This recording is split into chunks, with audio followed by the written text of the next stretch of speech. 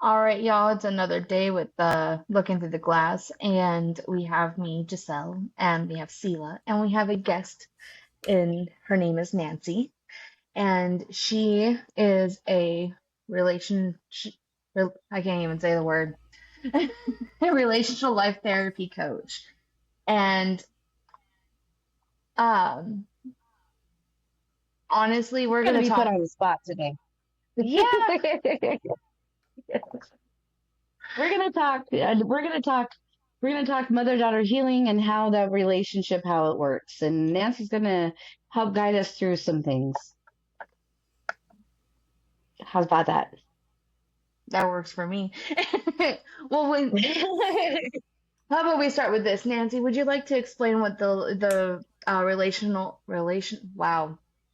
the life therapy is for other people? What relational life therapy is? Sure. Yes, So give me the Relational Life Institute is formed by Terry Real, who's a very famous marriage therapist, and he has a whole school with probably thousands of therapists and coaches, and it's called the Relational Life Institute. And it's really a mix between therapy and coaching. So it's not just therapy, which is more like talk therapy. It's more geared towards coaching, which is more action oriented. So it's a combination of both. It works amazingly well. I've been a relational life therapy coach for the last 3 years, and I'm also a boot camp facilitator for them. And they're actually starting a brand new 6 month course. I'm not sure when this will come out, so it's probably not going to work because it comes out the beginning of March. But they're offering to like laymen, like regular people, not therapists and not coaches who just want more of it to take their 6 month course. And I'm actually one of the coaches that will be teaching that as well. So I'm really excited about it. I love the work. It works really well. And one of the reasons why it was fun for me to see the mother and daughter is that I work with a lot of mother and daughters. Um, it it's the same work whether you're a romantic couple or it's a mother and daughter, but my experience has been it doesn't take a lot of sessions to heal the mother daughter relationship if they want it, right? Hmm. If they want it, then the mothers understand that they now have adult daughters and they don't want to lose their daughters, right? I mean, Yeah. you've done all the work, and now here you are, and your daughter's 30 or 40 or 20 years old, and you don't want to lose her. And Hmm. so there's a lot of healing that has to be done because regardless of how well we think we've done as a parent, we bring our wounds into our child rearing. And Absolutely. energetically or actually just how we our beliefs or our wounds or our losing strategies, everything affects our daughters. And I don't think anything affects a daughter more than what the mother says. So if we have body issues, our daughters have body issues. And if we're afraid of X, Y, and Z, our daughters are afraid of X, Y, and Z. But then they resent us for it, right? So there's a lot of work to be done to heal. So when I work with a mother and daughter, I will say to the mother, you have got to be curious about your daughter's subjective reality. There's not a right and wrong here. If your daughter is wounded and hurt, it's your job to fix that. It's your job, whether you agree with your daughter's interpretation or not, to just accept it, acknowledge it, and apologize and say, what can I do now? How can I help? What can I do? What do you need from me? This is what the Hmm. daughters are looking for. yes, They're not looking for you, right? yes, Right? Yeah. They're not looking for Absolutely. you to get defensive. They're not looking for you to say, well, you should have seen how my mother was, you know. or I did the best I can, or explain away, your father left, or I was working a job. They're not interested in the whys. They want you to see them as the wounded person that they see themselves at, and they want you to be accountable. Oh, yes. Absolutely. How's that sit? It's That's real. exactly that's exactly how I approached it. Was I looked at her and was like, okay, let's do this. And then we started looking through the glass to kind of show people that we can heal, Mm-hmm. we can heal relationships, and we put ourselves on the vulnerability. And I was like, okay, let's put me on blast. Let's just put me on blast. I don't care. Whatever it is, whatever you need to say to me, say to me. Whatever it is that I did that I refuse to accept, tell me. Right. I want to hear as much as it hurt and as Mm-hmm. hard as it was to hear, and it was very difficult, especially in certain times where I wanted to defend myself, to just shut up and just look at Right. her and go, I'm sorry. You're right. I did do that and I apologize. I'm sorry. And that's literally where it all started. Like, that's how it all started with us. Mm-hmm. It's And great. and there, of course, there's moments where we feel that there's like there would be a situation where we're butting heads. We've experienced that, where she approached me in the same manner that she would approach me in the past before we started healing, where and it very much would trigger me, and it was like, and as an adult, I'm a full grown woman. You're not gonna talk to me like that.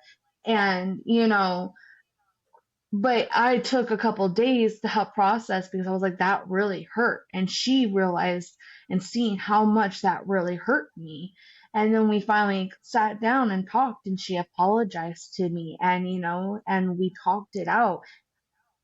But the one thing I feel is that we have to be willing to listen and willing to speak. If we're not willing to speak out about our trauma and what they did to us, they're not going to be they're not going to know that they need to change those things. Mm-hmm. Yeah, I talk to my clients about relationship 1.0 and 2.0. So you guys are in 2.0. You're healing, you're doing the work, you're relationally mindful. You probably know what your losing strategies are. We talk about 5 losing strategies that don't work, that we all do, but they're losers. And when you can recognize what they are, you can call yourself out on, like, oh, yeah, I was trying to control you. Or, oh, yeah, I was trying to be right. Or, oh, yeah, I did get walled off. Those are 3 of them. Or I was unbridled and I did say too much, and I didn't have good boundaries up for what I should and shouldn't say. And I didn't have good boundaries up because I let in too much and you hurt me. And that's a double thing. Maybe your mom has leaky boundaries and she said things she shouldn't say, but you have leaky boundaries in your protective boundary, what you'll let in. Yeah, So just because she says something doesn't mean you have to take it in. yeah, You can look at your mom and know she's triggered. And if she's yeah, triggered, you have to have a good boundary up that's like, well, I'm not taking that in. I can see it all over her face. She's in the yeah. adaptive child part of her brain, and she's going to say things that are mean and she's going to hit me below the belt. And I'm not going to allow it in. That's on you. Oh yeah, most definitely. And that's a learning process. That's a, it's a hard learning process, because you're not used to that. You're not used to setting Mm-hmm. up that boundary of going, I'm not going to accept that. I'm not going to let that hurt me. I'm not going to let it, or how I go, like, that's not gonna ruin my day. I'm not gonna, no, I'm good. Right. But it's it's a work in progress still. Sure. It's not, listen, we're human beings, right? So we have to leave room for our humanity. And we want to do well, and we want to have healthy boundaries, and we want to have be mindful 24/7, but that's not life. We all have triggers, we all have wounds, we bring them into every relationship we're in. And the best thing you can do is know each other's wounds and know each other's triggers and recognize when you're each triggered. And then when you find yourself triggered, you apologize much more quickly. Oh, wait, yeah, that was me needing to be right. I can do better. Let me try again. Hmm. I was going to ask you a question. So typically, questions only form for me during conversation, but I actually have one actually prepped for you. And it is Wow. literally, I know, shocker, shocker, woo, Sheila. um, but so there's one that is a very common from what I see all over social media and in the dealing with podcasting and stuff. It seems to be a very common symptom, and that is not knowing the difference, like when you're trying to set a boundary with a loved one, and that anxiety and those triggers happen. Like, how come my nervous system can't tell the difference between me fighting a bear, literally, or setting a boundary with a loved one? What is causing that, and how can we help that? Because that is something I really personally struggle with. I go Mm-hmm. into that, oh gosh, oh boy, and I go into this like I'll start shivering. I start to have physical symptoms because my nervous system goes into such a flight or fight mode. Right, right. Good question. So, if you were brought up um, not really having a strong sense of self, okay, Mhm. like we all kind of think we've got good self esteem, but we rarely do. We generally have external self esteem. You know, I am worthy because I drive a nice car, or I'm worthy because I'm a lawyer or a doctor, or I'm worthy because you think I'm worthy. So those are three different ways, but those are all external. We don't really develop a good internal. I'm worthy because I'm on this earth and I breathe. And that's all you need to know. And then within yourself, you know that you are worthy of having your wants and needs met. So if you grow up where it wasn't safe for you to have wants and needs, maybe you're one of many children, maybe you had an abusive parent or an angry parent or an alcoholic parent or a sick sibling or a sick parent, any of those things, you actually grow up being wantless and needless. And so you get into relationships with people and you never ask for anything because you don't think you deserve to have your wants and needs met. And now all of a sudden, boundaries, boundaries, boundaries. I want my needs met. You want to ask for something, but your nervous system gets dysregulated because it doesn't actually deep down inside, you don't think you're worthy of having your needs met. And if you don't think you're worthy, the person that you're trying to get something out of, they're not going to want to do it either. So you have to Mhm. really be centered in your self-worth and your right to have your needs met. And then you have to ask for it in the right way. So it's an I statement or a we statement. We deserve a better relationship or we deserve a better sex life. You don't say this is ridiculous, I deserve a better sex life, right? I can tell you how that goes over not well. But if you say Mhm. we do, it's a whole different story. You're So I encompassing the use a boundary relationship. script.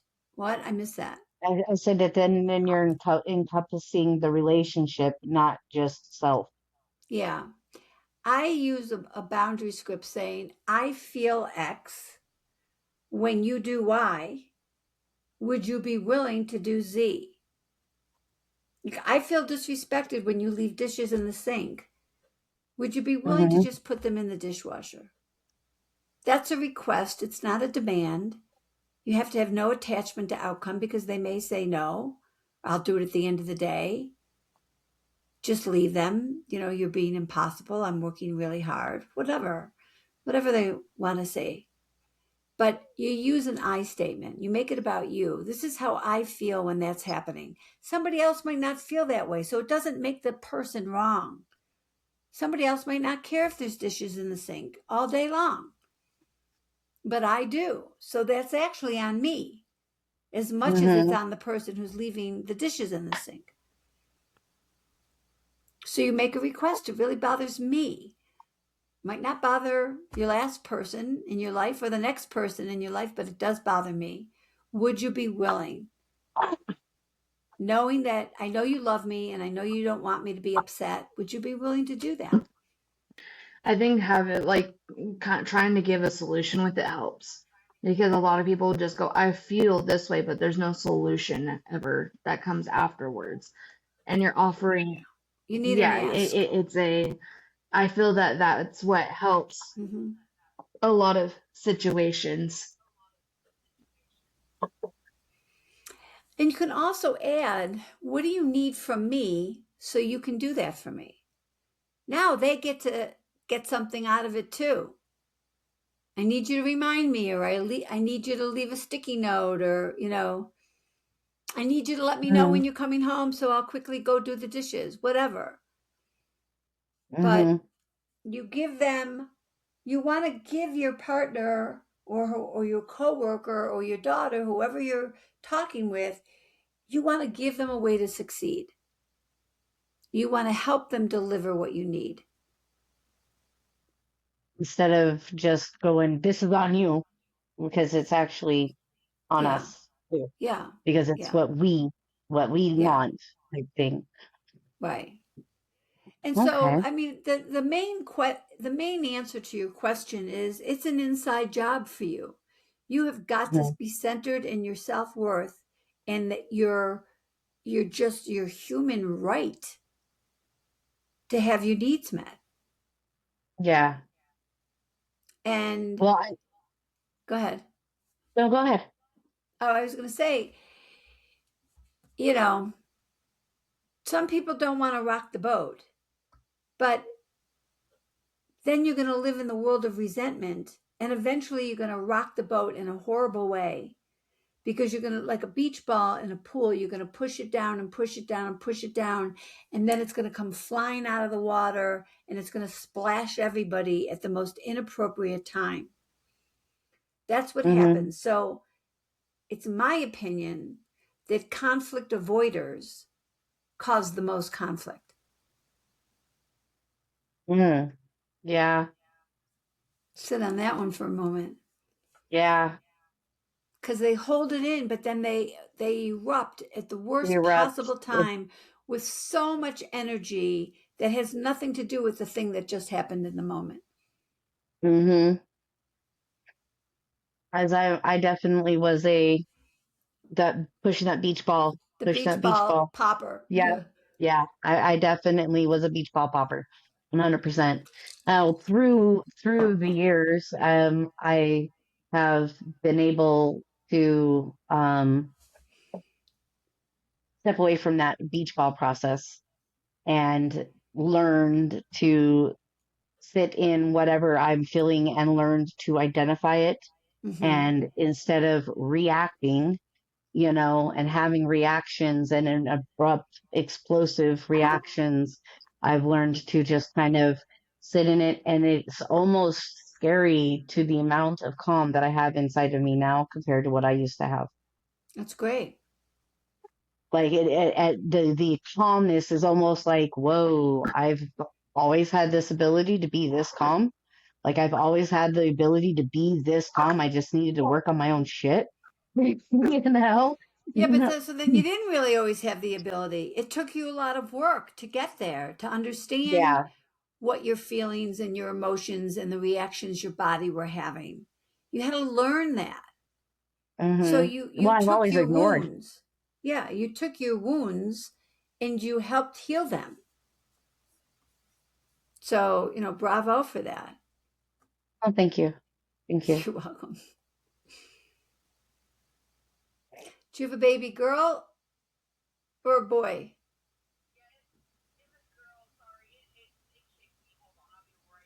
No, that's fine. I'm just saying you've got 3 generations of women. We actually have 7 generations of women Oh, that wow. there would be 7 generations of women, but yeah, we have a long bloodline of women, and it really has been like the one thing I've noticed is it has been a lot of these things down passed down Yes. from Yeah. my great grandmother to my grandmother to my mother to me to my daughter. Yeah. And when I guess came out of my own little when I finally came out of especially with recovery when I got clean and in the process of healing to be able to get clean and all of that, um I realized the amount of damage that I had done, and and it wasn't even mine. It was passed down to me, and Mm-hmm. I wanted to heal as much of that as I possibly could in any way, shape, or form, because I didn't want to leave my daughter or my children, because I have multiple boys and girls, you know, with these gaping wounds. I wanted that healing as much as possible, because what do I value the most? My relationships. Right. And we there's a saying, if it's hysterical, it's historical. Meaning if you get so big your energy over something that's happening, it's not just yours. It's Mm. historical. You've got carried Oh, energy. that's good there. Yeah. Yeah, Yeah. that makes a lot of sense. Hi, my baby. She can't hear me. She's adorable. Thank you. You're That a lot welcome. of I've done a lot of healing, and when I saw all the trauma being passed down to me or the traumas that I've been through, I was like, I want to have kids one day, and I don't want that to be passed down to my kids. Mm-hmm. I will say that I'm the oldest, and I started recognizing that, I would say, when mom used to be like this with me, and now she's like this with you, type situation. Like I was jealous, but then I'm like, it's not out of jealousy. It was jealousy, but then it's like, I don't want them to go through what I went through, because it was Right. not, it, it wasn't Wasn't pleasant what pretty. I went through. Mm-mm. And it was extremely difficult, and it passed down a lot of traumas where I didn't have the greatest of relationship with my mom, even though it felt like it sometimes. It wasn't always. And Mm-hmm. now it's like, no, I can tell my mom, I can go to my mom about anything. I can tell my mom, hey, mom, you're acting a certain way. I don't appreciate it. And she's like, I'm sorry, I didn't realize I was being that way. Or it is an apology for it. Right. And they don't have to go through the, well, you must have did something to deserve that type situation, or you were giving me attitude, so it's I don't want to be that kind of mom. I don't. Right. And I knew that if I didn't start healing myself and going through those healing those traumas, because I was doing it to my husband. There was things I would do to my husband. I would go out in our relationship, and it's like, Right. that's toxic. That's very Right. toxic, and that's not okay. And that can ruin a very healthy relationship. Right. So, For no, sure. I did the healing for myself, but I did it for my future children. Well, Yeah, you do now it for, yeah. You it get to be was the hero future. in your story. It was future. Now it's real life. Yeah. Exactly. And, you know, I, I will say that I did a lot of my healing through my pregnancy. That was extremely hard. The heightened emotions and realizing how much I really bottled in and never let out. How much I Mm-hmm. kept to myself because I didn't want to hurt her feelings, or I didn't want to hurt somebody else's feelings, because those are my feelings and it shouldn't hurt them. And, but then I learned that's my reality, not theirs. And I'm allowed to speak my reality. Right. For sure. You Definitely. go, girl. I did a It's lot of not speaking of hey, my it's not reality. easy. It's not easy being an adult woman with adult children. Like I have sons, but it's the same thing, you know? And when they're working on themselves, I'm always the one that's going to be to blame. I mean, that's just that moms are always at fault somewhere, even if they're not in the room, it's their fault. And I have a really healthy relationship with my boys, but it took a lot of work to get there. So you just got to keep plugging along, and you got to keep in your mind that you don't want to lose each other at the end of the day. Mm-mm. And we and Absolutely not.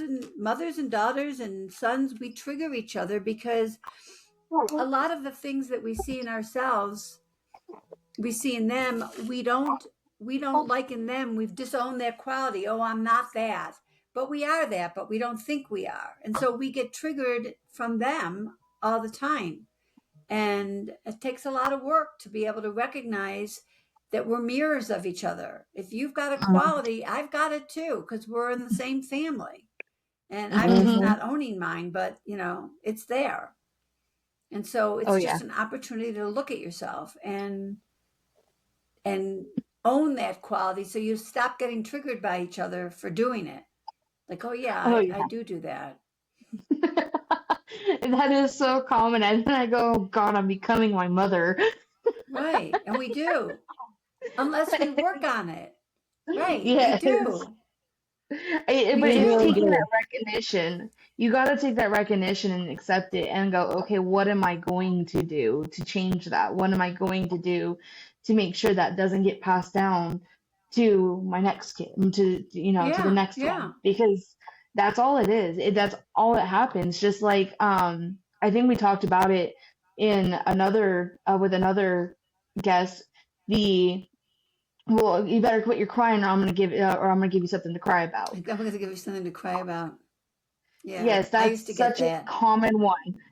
And I used to get I used that. to get it too. And And my I mother used to used get to the also children say, are to be oh, seen, not to be you're not heard. heard. Yeah, I don't think I Hmm. got that one, although it's a common one. But my mother used to like say, come and take it like a lady. Like if she was going to spank me, I should come to Hmm. her, come and take it like a lady. And I'm thinking, how does a lady take a spanking? Like that's the dumbest thing I ever heard. But Right? yeah, they used to say, "Oh, you think that's funny? I'll give you something to cry about." Hmm. Yeah, Oh yeah. There's a And song I that did it goes, on the repeats because my mom did it on repeat. So how did my mom react to me crying? Well, I'm going to react the same way to my daughter crying. Instead of right. going, hey, what's going on?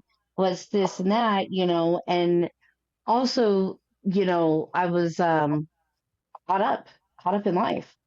Life caught me up more so than parenthood, and my life and the things I was experiencing, I absolutely 100% put on my kid. Like I put on her. Like there were things that I was dealing with in my own life, my own private life, that she got the brunt of because Yeah, I didn't know how to handle my own crap, because I didn't know how to take a step back, because I didn't know how to go in within. All I knew how to do was numb. Like that's all I yeah, wanted to do was just numb it, numb it, numb it, numb it. It's too much. It's too much. It's too much. It's too much. But even numbing it, it still comes up. right. And also, you've got to, I think parents are doing it differently today. Like, I just was talking to a client yesterday about the psychological patriarchy and how, boys have to be stoic and all of that. And, I had heard from his wife in a private session that he says things to their 2-year-old little boy like, boys don't cry, don't cry. And so when I had a session with him, I'm like, I'm sure you grew up in a household where, you're being very sensitive was looked down upon. And he was like, yeah. And then I said, and so I'm sure you don't do that to your son, right? But I knew he did. And I Hmm. said, because it's really by 4 years old, little boys are already taught not to have emotions and to be, man up. And I said, and that is not what you want for your little boys. You want them to cry and you want them to have tantrums. And yeah, in the moment, it's annoying. You'd love to say, don't cry, but they're entitled to their feelings, big and small. Yes. Don't try to Mhm. shut them down. Don't try to shut little boys down, because then they're going to grow up to be men who have no emotions. And Or we have no enough of emotional those. intelligence, that's for sure. Yeah, we have enough of those. Mhm. That's actually probably the biggest thing, and when it comes to to males, is that it's you're a male, you're not allowed to feel that way, you're not allowed to cry. The Mm-hmm. masculinity that's very much shown, they're not allowed to show any kind of what they call feminine emotion. Feminine Right, energy. right, Yeah, right. It's a and that's problem. such So a you, common thing. yeah. So we have to teach our young boys to have all their feelings, just like we do. Hmm. Mhm. Teach them how to handle their anger, then because you got some that have, they get angry, so they don't know what to do and they bottle it up, and then all of a sudden they become a ticking time bomb. Then Yeah, they and just anger, explode and yeah, lose it. and anger is the low hanging fruit. Underneath anger are the real emotions. Anger is just the easiest one, especially for men. Identify. Angry men are Yeah, usually depressed. Yeah, they're usually depressed men. But being depressed isn't manly. But being so they angry, yeah, I really like how you put that. I didn't of course I knew there was more to it, but that's a good way to really show that, yeah, being anger, depressed isn't anger is, manly. yeah, yeah. You got to say, so what's underneath that, right? Because what's making you angry? Are you really depressed? Are you really, do you feel disrespected? Do you feel hurt? What are you feeling? Anger is just Grief. easy. Yeah. Grief. Yeah. Anger is just easy. Mhm. Yeah, I feel that it's becoming more of a light, but generational trauma is definitely something that more and more people are recognizing. They're seeing, like, even like there's music recognizing it. Like, there's a specific song called Mama's Broken Heart. My grandmother was in town and we were discussing it, and it was like, paint your toes, line your lips, and keep your powder your nose. And I'm just sitting there going, I didn't have, because keep yourself content, keep, you got to Keep keep yourself that face together. on. Yeah, keep yourself Yeah. together. And, I watched my mom always try to keep herself together. I knew what was going on around her. And I didn't know the details, but I knew my mom had more going on. Mm-hmm. Children are a lot smarter than people Let me think. give They them they credit are. for. Yeah, Sure. they know what's going on. They just don't know what the details of it and the extent of it. They just know there's something wrong. And I could always tell, and my mom, but I would get, yelled at, or I would get in trouble for doing something that, she thought she told me to do, or, I forgot to do, or there was so many things that would come into play. And then here I feel like just living alone was just a mistake. Wait, what do you mean? You thought living alone was a mistake because you just thought everything you did was wrong. Yes, I would always feel like Right. something would, I just, because I was always in trouble for something. Right. I Right. always, I always was getting, I would come home and dishes wouldn't be done. Well, I just got home from school. And it would be like, Right. well, you should have had these done. It would always be something. But, Yeah. that's not who she is now. Of course not. But Right. she was going through Get her in there and do own those thing. dishes. Kidding. It What'd you I'm just say? kidding. definitely, No, I just said, get in there and do those dishes. No. Right. It's always about the dishes. The dishes are always Right? an issue, right? Why women and dishes? I was gonna say, Always the dishes. apparently we have pet peeves. Yeah. Dishes are pet peeves. Dishes, clothes on the floor. Yeah. Yeah. Hmm. I know it's Clothes on true. the floor. It drives me nuts. Oh, You're cutting out. Yeah, you're cutting in and uh, out just so. Yeah, I think Okay. yeah. Now you're back. I'm having some technical difficulties too. I don't, it said it was like, it was saying something about recording it, but it showed that we were still recording, so I didn't touch anything. So I It don't says know if we're having 99% some, uploading. No, it's uploading. yeah, okay. Uh, wow. So you said that there is, for regular people, that there is a 6 month course that are going that you got that's going to be going on. Yeah, the relational life therapy is starting a 6 month course, and they're just advertising about it now, so it's on their website, um, Terry Real's website, TerryReal. I teach a 10-week relationship skills course on Zoom, but I'm in the middle. I'm 3 weeks into my new section, and so I won't be doing another one for like 3 months. But those are great courses because they're like the boot camps. I do these 2-day boot camps, but for the boot camps, you've got to travel and stay over and give up a whole weekend, which a lot of people can't do, especially if you've got children.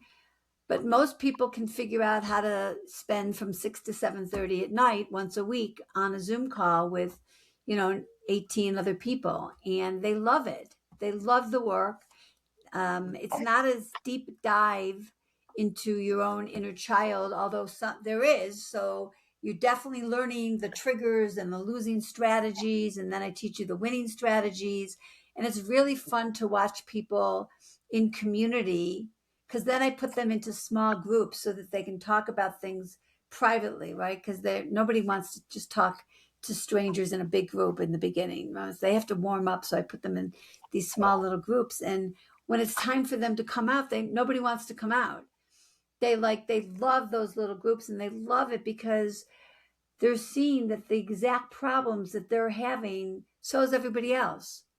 It's Hmm. so similar. We have such similar ways of being and interacting and getting triggered that I think you walk away from those kind of classes feeling like, wow, we're normal. We've just got normal stuff. We just So got normal stuff, and here we are thinking it's big, huge, giant stuff, and it's a lot yeah, easier to yeah, tackle than it really is. So we don't need to dissolve the marriage or relationship, right. and because that's just a whole bunch of heartache and a whole lot of more traumas going on to everybody at those points of time. You know. Yeah, and that you're not with the wrong person. You're with the person who's energetically designed to trigger you, but that's so that you can heal the wounds that you haven't healed. So when people understand that and they also see what their partner's wounds are, they stop thinking that they're doing it to them, but they're doing what the only thing that they can do in that moment. They're Mm. they're in the fight, flight, freeze, or fix mode, and they're doing the only thing they can do, and it's what they did as a child. So it's really their nervous system is doing the thing they know. But what was adaptive as a child is maladaptive in your adult relationships. And you've got to learn how to not engage when you're triggered. You're never going to stop wanting to do the thing you did as a child, but you can pull back and not have the conversation when you know you're triggered or you can tell your partner's triggered. It's never going to be a good conversation. No, it's definitely never a good conversation when somebody's triggered. No. So you've got to learn how to take a time out and then come back around when you're regulated and your partner's regulated. Hmm. And I I think that's think all. a lot. Oh, I'm sorry. Go Go ahead, ahead. Giselle. No, go I was ahead. gonna say, I think a lot for me was always wanting control. Like, I wanted control. There was so much control that I wanted over every situation within my grasp, with all my relationships. And it wasn't because I wanted control over them necessarily. I didn't want any of the bad parts to be in there. You know what I mean?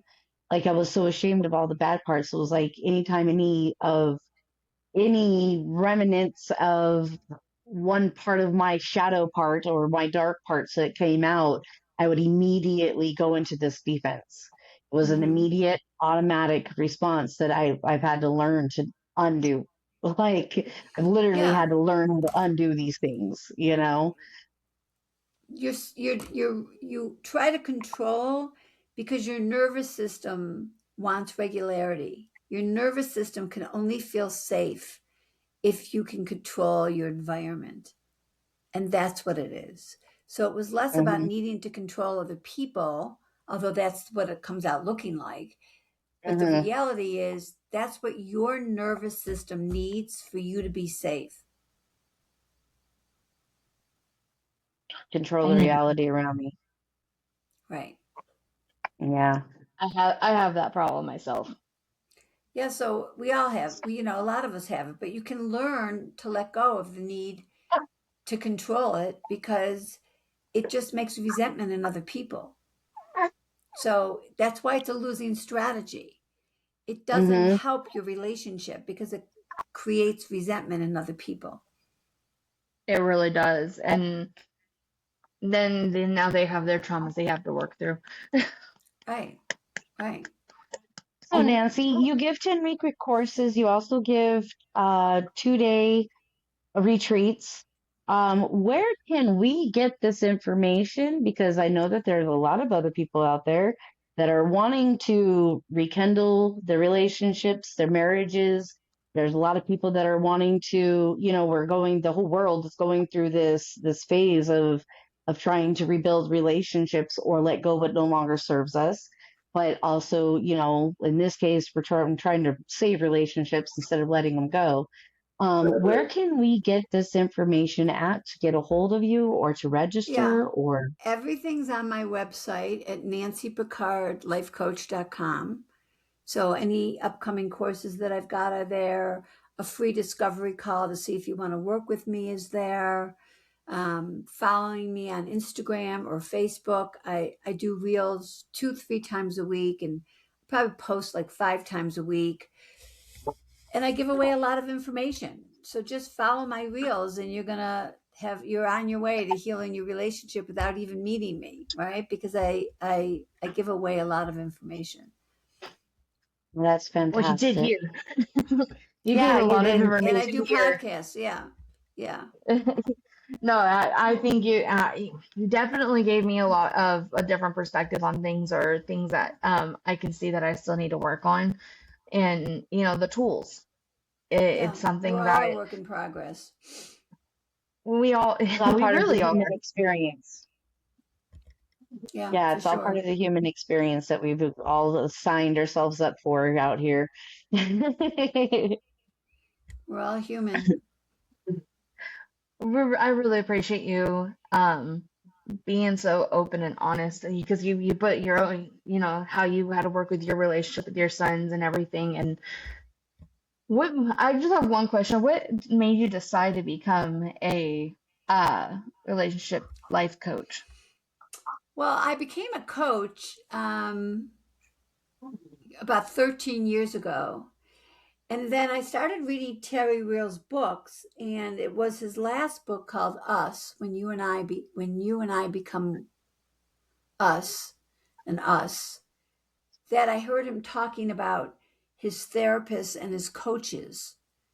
And so once I saw that and thought, oh my God, he, I could become an RLT, coach. I just jumped in. It's a 2-year process, and I just jumped in and never looked back. And so even It though was for you, huh? I know, I still work with single people and solos, but I think about 75% of my work now is relationships and couples. Well, you're So doing an awesome job. thank you. Thank you. You Yes. Follow give me you on give Instagram. amazing. Oh, I Good. Thank definitely you. will. You give great information, and you bring a recognition to not just one side but both sides. Yeah. Yeah. Because we're all in it. We We're all are, in We it. and are. Yeah. Yeah. yeah, For I sure. really appreciate it. Um, Thank you. Thanks for having is me. there is there anything else you would like to add that Mm, make you think about it, huh? no, no, just like I love people in my relationship skills course. So if that's even something that people are interested in, they should DM me or say, put me on your waiting list because I don't do more than one at a time, but once I finish one, which will be probably by April, so maybe by like June, I would start another one. And they're fun, they're good, people love them. And then I love that people love them, right? You love when Mm-hmm. Yeah. people are getting what you're selling. You know, you like when the people Absolutely. text me and say, "Oh my God, we're getting so much information. We love this." I'm like, "I know, it's so good." So yeah. That's fantastic. Well, I definitely am interested in some of my own personal, like Mm-hmm. I'm like, I don't think I'm ever going to be too old to continue to grow. I don't think I'm ever going to be too old to continue to learn. I don't think that we're meant to stop growing or learning the entire time we're here. So I'm personally interested in some of your stuff too. So I guess I'm gonna have to get an Instagram, y'all. Thanks. Yeah, you'll have to get on. There's somebody in my class who joined my class the moment we finished the podcast. She's a podcast host, and she was asking me questions about herself the whole time. And within Mhm. 10 minutes of hanging up the phone, she had registered in my course. It was really funny. And she's in it now. So, yeah. I believe it. I believe it. It's very interesting, and I like the approach that you come with it. I like you're so non-judgmental. I mean, there's like it I work really, on really, it. really, it really, Yeah. really shows. It really, really shows Thanks. it, the non-judgmental and having both sides of the perspectives here. And I think that when you thank you for doing what you do and for being the amazing person that you are and doing these things because like I said, we're never done growing. I don't think as humans, I think that we're Never. meant to continue to grow and expand as much as we can into the love area and caring Yeah. for each other as much as possible. Yeah. Um, Growth mindset. It's a growth yes, growth. mindset. You got to just keep it going. Yes, absolutely. Absolutely. We will make sure that we have all the information put into Great. our notes. And Great. we want to thank you again, Nancy, for coming on Thank here. you. And for all of you people out there that are interested in becoming a guest, or you have a story that you'd like to share and want to stay anonymous, you can email us at 12looking through THRU 34 the glass at gmail.com. You can reach us on our TikTok. You can DM us on our Facebook as well. We thank you again for looking into the glass.